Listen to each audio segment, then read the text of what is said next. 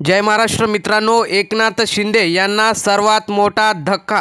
त्यांचा जुना सहकारी आणि शिंदे गटाचा मोठा नेता याचा प्राथमिक सदस्यांसहित सर्व पदांवरून राजीनामा देण्यात आलेला आहे। एकनाथ शिंदे यांचं या जिल्ह्यात आगमन झालं आणि भाषण चालू असतानाच त्या मंत्र्याने राजीनामा दिल्याने एकच खळबळ उडालेली दिसत आहे। नेमकं झालंय काय ते सविस्तर आपण बघूया।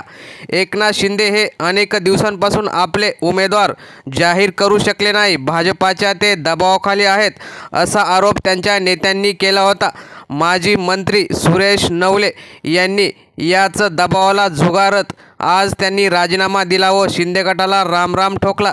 त्यांचं म्हणणं असं आहे की भाजपाने एकनाथ शिंदे यांचा अभिमन्यू करून ठेवला होता। त्यांनी सोबत आलेल्या खासदारांना तिकीटसुद्धा मिळवून दिलं नाही। ते एखाद्या मलिदा गँगच्या सहवासात आहेत असा आरोप एकनाथ शिंदे यांच्यावर त्यांनी केला व असंच जर राहिलं तर शिवसेना म्हणजे शिंदे गट हा पक्ष कधीच वाढू शकणार नाही।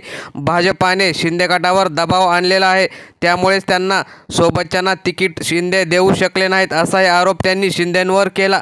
त्यामुळे भविष्य काळात शिंदे गटाचं मोठं अस्तित्व नाही असंही त्यांनी सांगितलं व त्यांनी राजीनामा दिला। शिंदे छत्रपती संभाजीनगर जिल्ह्याच्या दौऱ्यावर असतानाच ही घटना घडल्याने एकच खळबळ उडालेली दिसत आहे। तर मित्रांनो, तुम्हाला काय वाटतं? एकनाथ शिंदे हे भाजपाच्या दबावाखाली आहेत का व असंच राहिलं तर शिंदे गटाचं अस्तित्व शून्य होईल का?